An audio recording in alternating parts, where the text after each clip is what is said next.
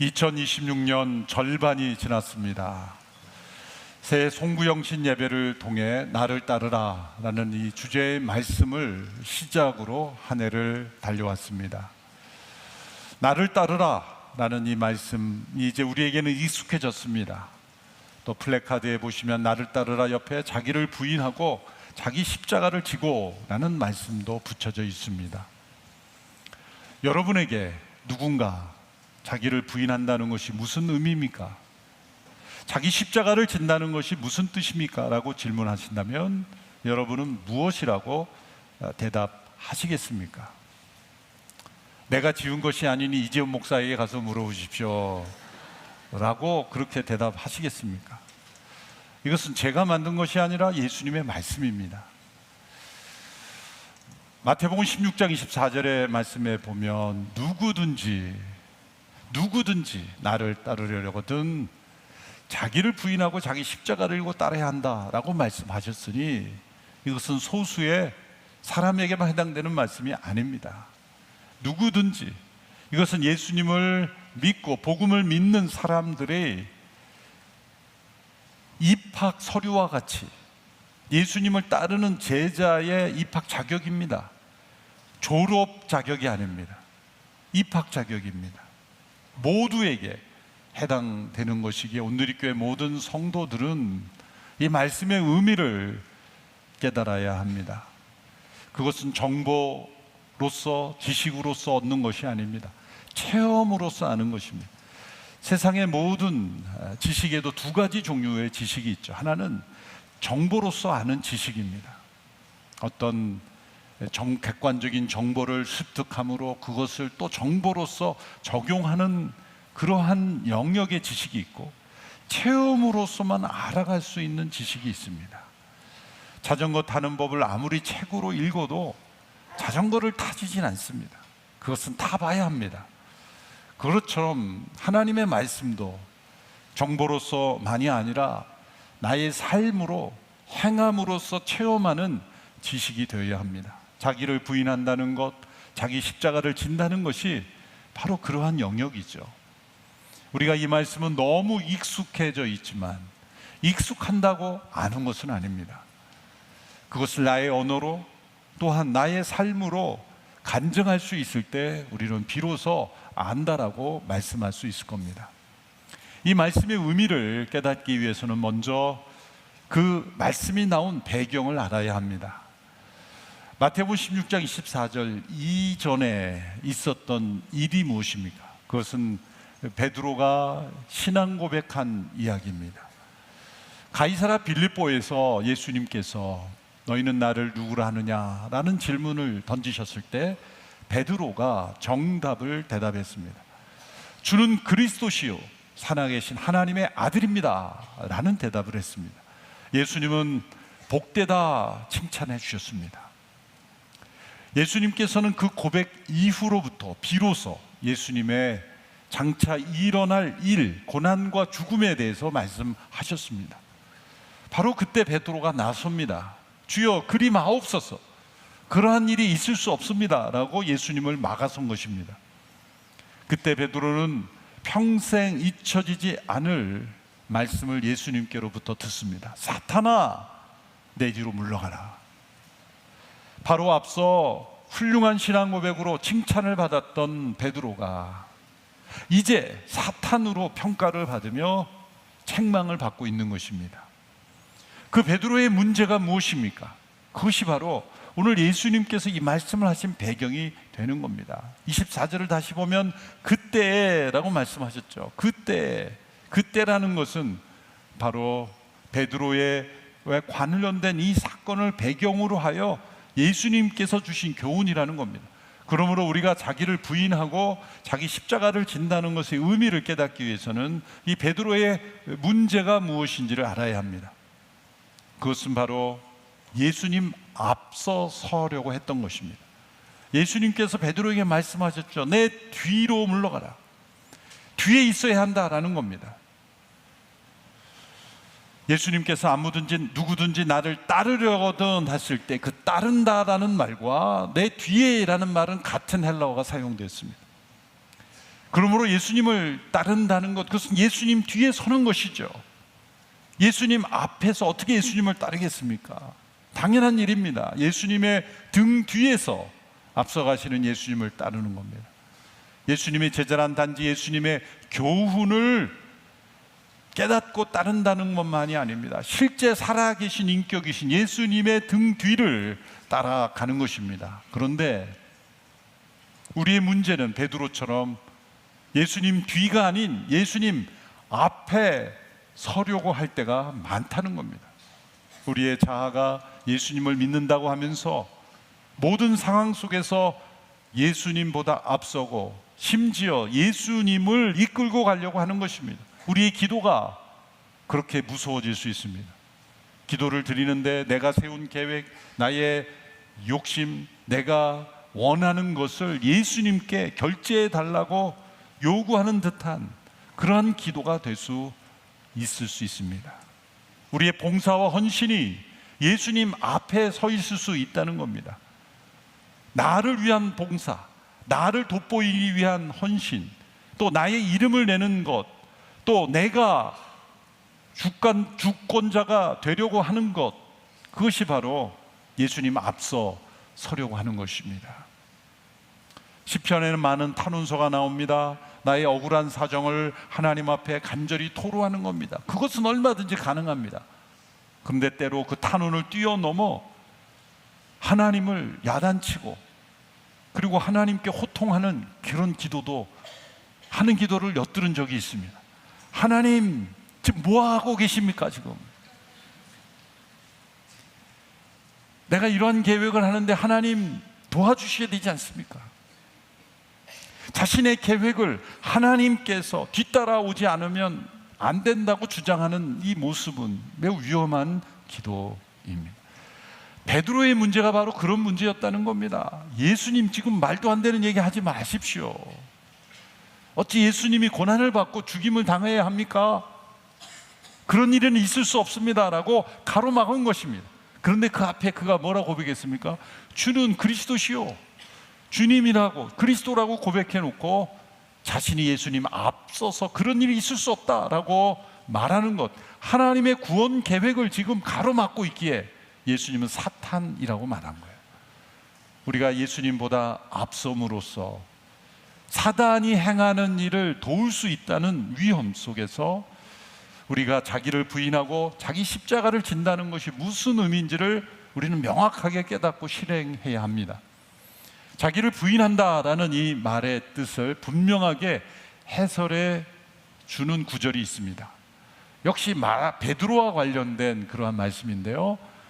마태복음에 보면 마태복음 26장 74절에 보면 베드로가 대제사장의 집들에서 3번씩이나 예수님을 부인하는 고백 속의 3번째 고백입니다. 그때 베드로가 저주하며 이렇게 말했죠. 나는 그 사람을 모른다 라고 맹세했습니다. 바로 그때 닭이 울었습니다. 베드로가 예수님을 나는 그 사람을 모른다라고 부인한 것, 이 단어가 예수님께서 자기를 부인하라고 할 때 쓴 그 단어입니다. 그러므로 방향을 바꾸어 보면 누군가를 내가 전혀 모를 때 그 사람 압니까? 라고 할 때 나는 전혀 모릅니다 라고 말하는 그것을 자기 자신에게 적용하라는 것입니다. 그러므로 자기 부인은 이렇게 정리될 수 있습니다. 자기를 부인한다는 것은 자신을 향해서 나는 당신을 모르오 라고 선언하는 겁니다. 여러분, 이것이 가능할까요? 나 자신을 향해 나는 너 몰라, 나는 너 몰라, 그렇게 말할 수 있을까요? 이렇게 말하지 않고 자기를 모르는 삶을 사는 분들이 계십니다. 2000년대 초반에 그 당시에 60대 이상의 어머님들을 전도하는 전도 집회를 했을 때 그분들을 설문조사를 했습니다. 그분들의 고민과 문제를 알아야 했기에 인터뷰를 했습니다. 믿지 않는 분들입니다. 요즘 어떤 고민을 하고 계십니까? 라고 하니 바로 나오는 게 우리 아이가요. 아니, 자녀 얘기 아니라 본인 얘기를 해주십시오. 우리 남편이요. 어떤 분은 우리 손주가요. 이분들은 자기 고민이 없는 분 같았어요. 본인의 문제를 얘기해 보라니까 전부 자식, 남편, 손주. 그때 당황스러웠지만 가만히 생각해 보니까 저는 이 말씀이 떠올랐어요. 이분들은 자기를 부인하고 사시는구나. 자기 자신에 대해서 모르는 거예요. 왜 고민이 없었겠습니까? 그러나 그 사랑, 헌신, 자녀를 위해, 남편을 위해 그저 헌신하는 삶을 살아오셨기에 자기의 고민은 고민이 아닌 겁니다. 여러분, 아이 5 이상 키운 분들 가운데 우울증 환자가 없다는 거죠. 자기에 대해서 고민할 시간이 없는 거죠. 저절로 자기 부인이 되는 겁니다. 그런 영역만이 아니라 그리스도를 따르는 데 있어서 나는 예수님만을 바라보고 예수님 뒤에 따라가기에 나 자신을 잊어버리는 것, 예수님께 집중하는 나만 존재하는 것, 그것이 자기 부인이라는 의미입니다. 왜 그럴까요? 예수님은 우리 자기를 고치라고 말씀하지 않으셨습니다. 자기를 개선하라, 나쁜 점을 고치라 이렇게 말씀하지 않으셨습니다. 우리의 옛자는 통째로 다 부정되어야 한다 라고 말씀하신 겁니다. 왜일까요? 컵에 담긴 물에 검정 잉크를 넣으면 그 부분만, 일부분만 오염되는 게 아닙니다. 전체가 다 그 물이 오염되는 것처럼 우리의 자아가 죄로 말미암아 일부분만 망가진 것이 아니라 우리 자아 전체가 다 죄로 말미암아 오염되어 있기 때문에 이 자아는 고쳤을 수 있는 대상이 아니다. 어떤 분은 기분 나쁠지 모릅니다. 나의 소중한 나의 인격을 너무 무시하는 것 같아. 과연 그럴까요? 우리 옛자의 인격이 얼마나 훌륭합니까? 겉으로 볼 때는 교양과 문화로 훌륭해 보입니다. 그러나 고난이 다가와 보십시오. 억울한 일을 당해 보십시오. 말할 수 없는 그러한 모욕을 당해 보십시오. 여전히 우리가 그렇게 고상한 사람일 수 있는가? 우리의 옛자는 부정되어야 할 만큼 가능성이 없다는 겁니다. 종교개혁자 칼뱅이 말한 대로 그저 죄의 공장일 뿐이다. 끊임없이 죄를 생산해내는 공장일 뿐이다. 다윗은 이렇게 고백했죠. 죄악 중에 내가 잉태되어 내 안에 선한 것이 없다고 고백했던 그런 사도들의 고백처럼 사도 바울의 고백대로 죄인 중에 내가 괴수라는 이 고백은 사도 바울이 다른 사람보다 죄를 더 많이 져서가 아니라 하나님 앞에 가까이 나가면 나갈수록, 빛 앞에 더 가까이 나갈수록 내 안에 어둠이 더 드러나고 나의 옛자아는 개선해서 바꿔서 쓸 수 있는 대상이 아니다. 이것은 부정되어야 한다. 그리고 더 나아가 십자가에 못 박혀 죽어야 한다는 것을 말씀하고 있는 것입니다. 그러므로 자기 부인은 어떤 자기를 괴롭히고 힘들게 하라는 뜻이 아닙니다.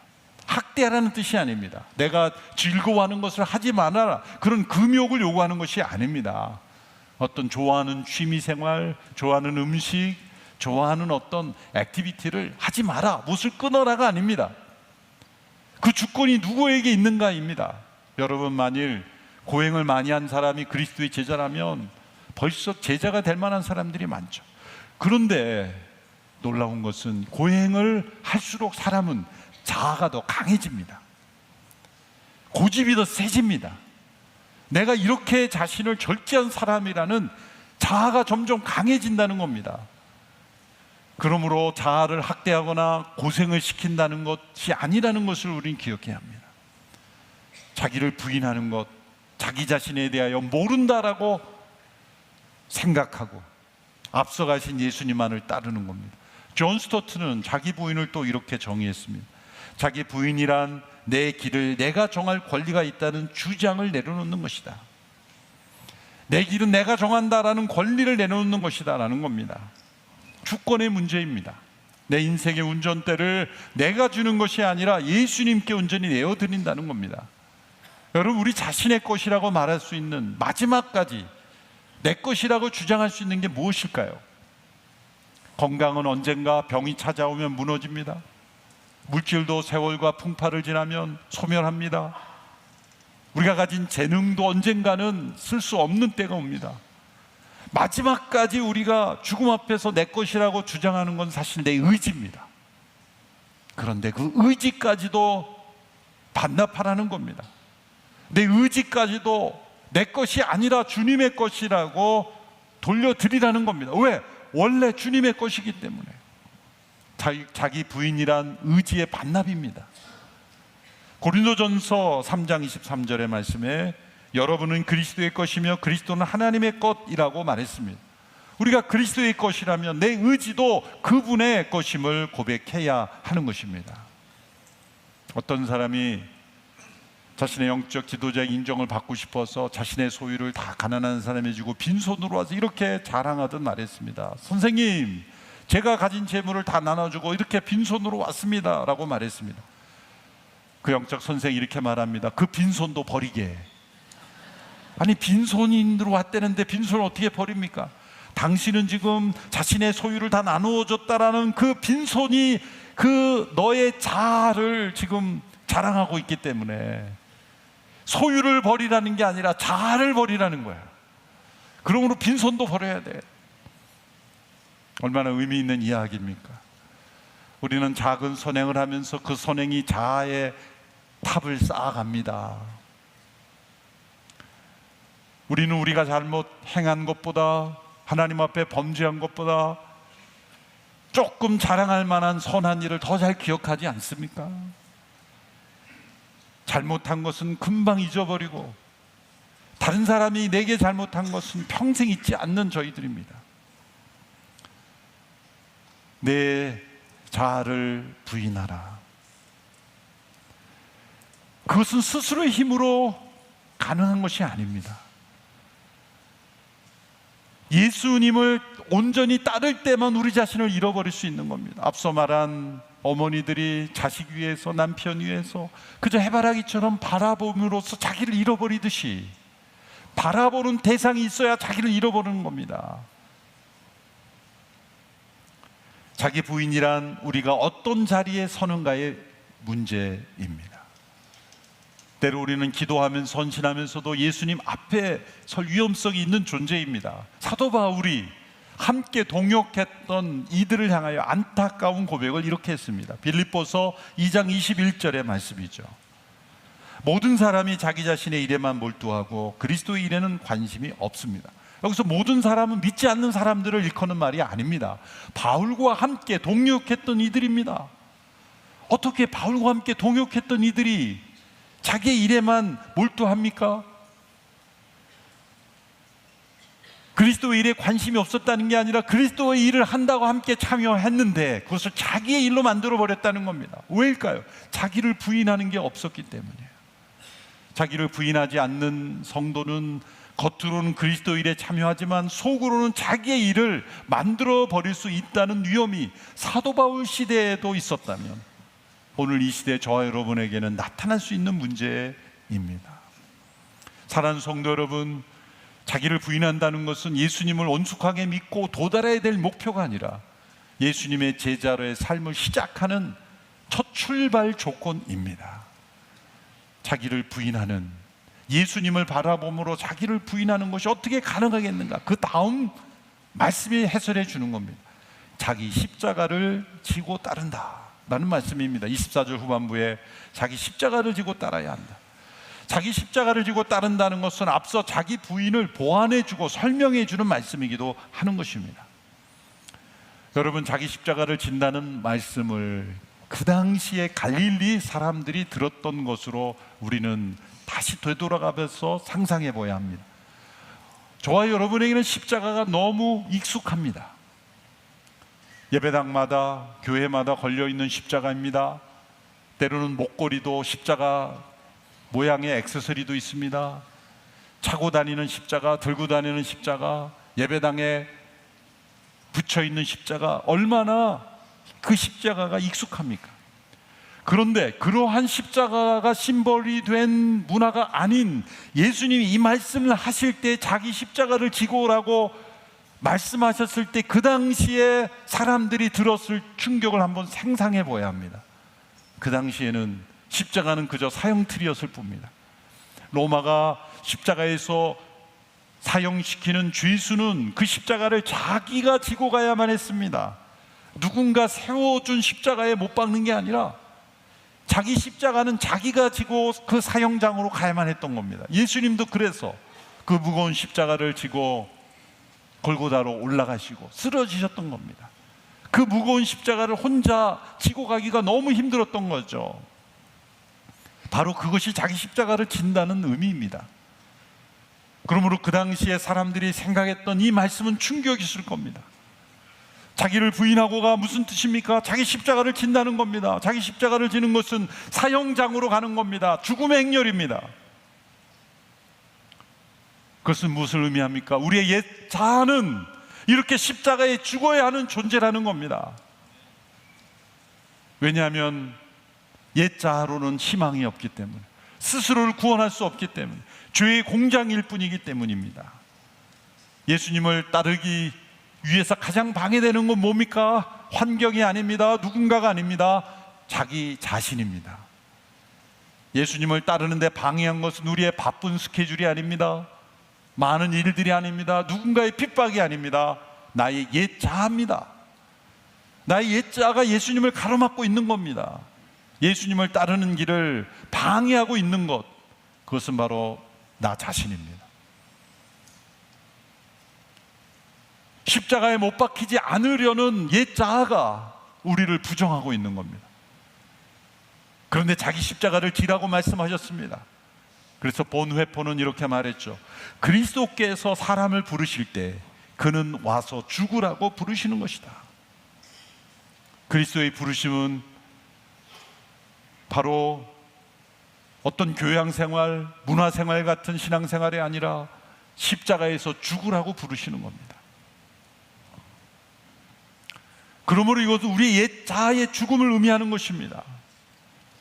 우리가 나를 따르라 시리즈를 시작할 때 제일 첫 번째 본문이 로마서 6장이었습니다.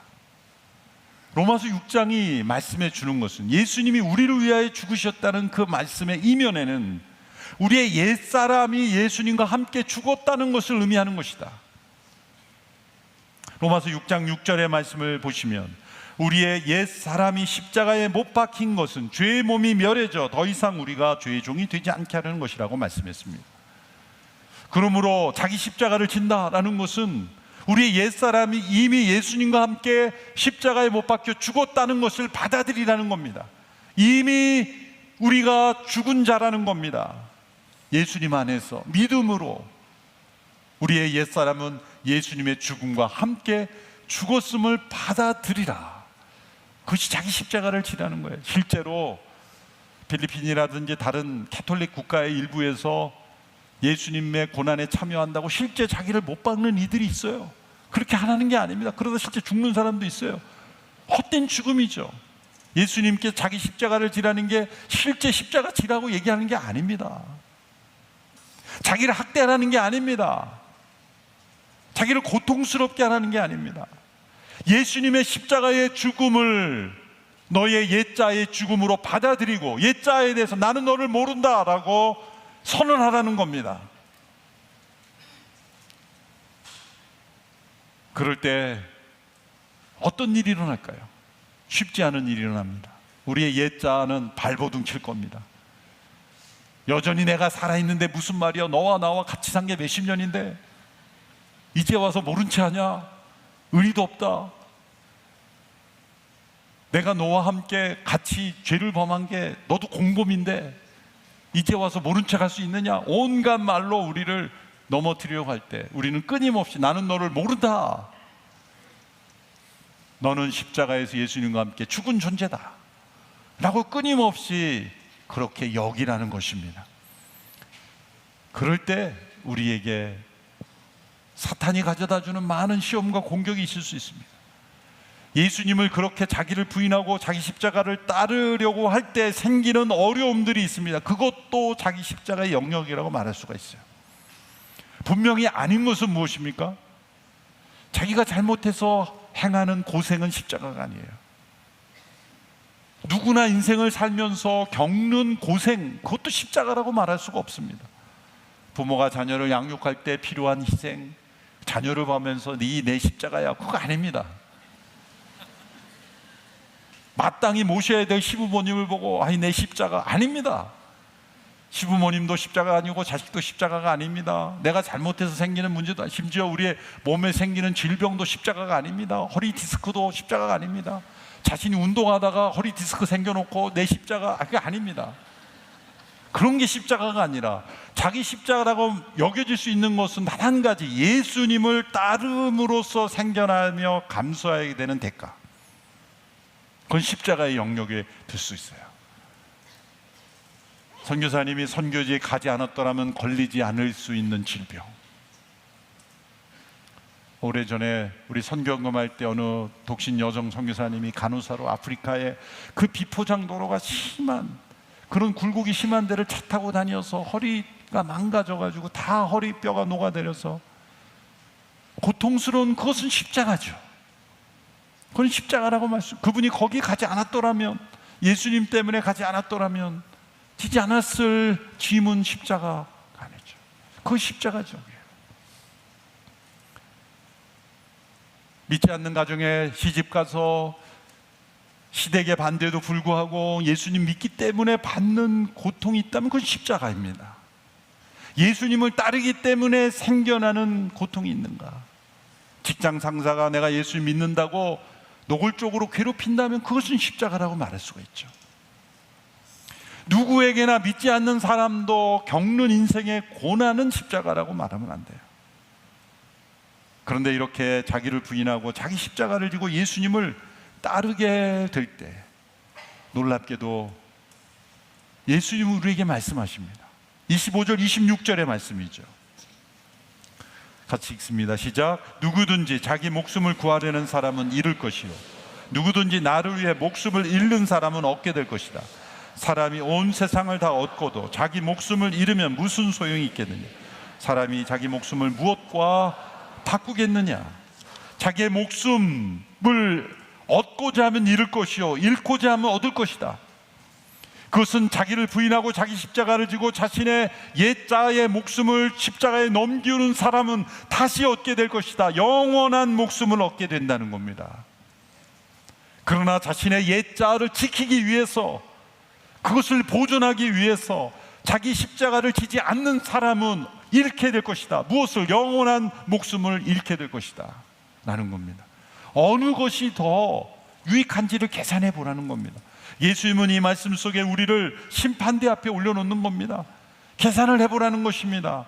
이 세상의 육신에 속한 그 목숨을 부지하려고 영혼을 포기하는 게 낫느냐, 아니면 영혼을 얻기에 이 세상에 속한 목숨을 포기하는 것이 낫겠느냐 계산해 보라는 겁니다. 짐 엘리엇이라는 28살의 청년이 에콰도르의 한 아쿠아 부족에 선교하다가 순교당했죠. 그가 남긴 유용한 말이 있습니다. 결코 잃어버려서는 안 되는 것을 얻기 위하여 결코 영원히 가질 수 없는 것을 포기하는 자는 어리석은 자가 아니다. 예수님 말씀하십니다. 너희 목숨이 천하보다도 귀중하지 아니하냐? 다니엘서에 보면은 벨사살 왕의 그 벽에 이 데겔이라는 그 말이 쓰여 있죠. 저울에 달아보니 부족하다는 겁니다. 그것은 천하와 우리의 영혼을 같은 저울에 해보면 우리의 영혼의 무게가 더 있어서 천하의 무게가 부족하다는 겁니다. 천하보다도 더 소중한 생명이 인간의 생명인데, 그것이 만약 영원한 생명으로 이어지지 못한다면 천하가 무슨 소용입니까? 천하는 이 세상과 함께 사라져 버리는 것입니다. 유한한 것입니다. 그러나 우리의 진정한 목숨은 영원한 목숨이기 때문에 예수님의 십자가와 함께 연합하여 자기 십자가를 지고 자기를 부인하고 그리고 자기의 이 육신의 생명을 잃어버리는 자, 예수님을 위하여 잃어버리는 자는 영원한 생명으로 얻게 된다는 겁니다. 여러분, 이거 믿을 수 있습니까? 믿어야 합니다. 왜냐하면 예수님께서 이 말씀을 이미 체험하셨기 때문이에요. 예수님은 이 세상의 육신을 하나님의 뜻 구원을 위해서 자신을 십자가에 내어주심으로 부활한 생명으로 다시 살아나셨습니다. 그리고 그 생명을 우리에게 나눠주시는 것이기 때문에 이 말씀을 하시는 거예요. 예수님은 이 말씀을 이런 의미로 우리에게 들려주는 겁니다. 이 말씀으로부터 들려오는 음성은 어떤 음성입니까? 내가 이 길을 가봤다, 내가 안다, 나를 믿고 나를 따라오라. 예수님이 가신 그 걸음 속에서 이 길은 내가 가본 길이니 이 길 끝에는 생명이 있으니 두려워하지 말고 나를 따르라. 그러므로 자기를 부인하고 자기 십자가를 지고 나를 따르라라고 말씀하시는 겁니다. 누가복음의 버전에 보면 동일한 말씀에 한 단어를 덧붙입니다. 누가복음 9장 23절의 말씀을 함께 읽어보겠습니다. 시작. 그러고는 그들 모두에게 말씀하셨습니다. 누구든지 나를 따르려면 자기를 부인하고 날마다 자기 십자가를 지고 나를 따라야 한다. 첨가된 단어가 날마다입니다. 날마다 자기 십자가를 지고 나를 따라야 한다. 왜 날마다라고 말씀하셨을까요? 우리는 날마다 십자가를 어디인가에 버려버리기 때문에. 아침에 큐티할 때는 십자가를 지고 나가는데 오전에 회사에서 회의를 하고 하면 어디다가 십자가를 뒀는지 모르고, 회의실인지 화장실인지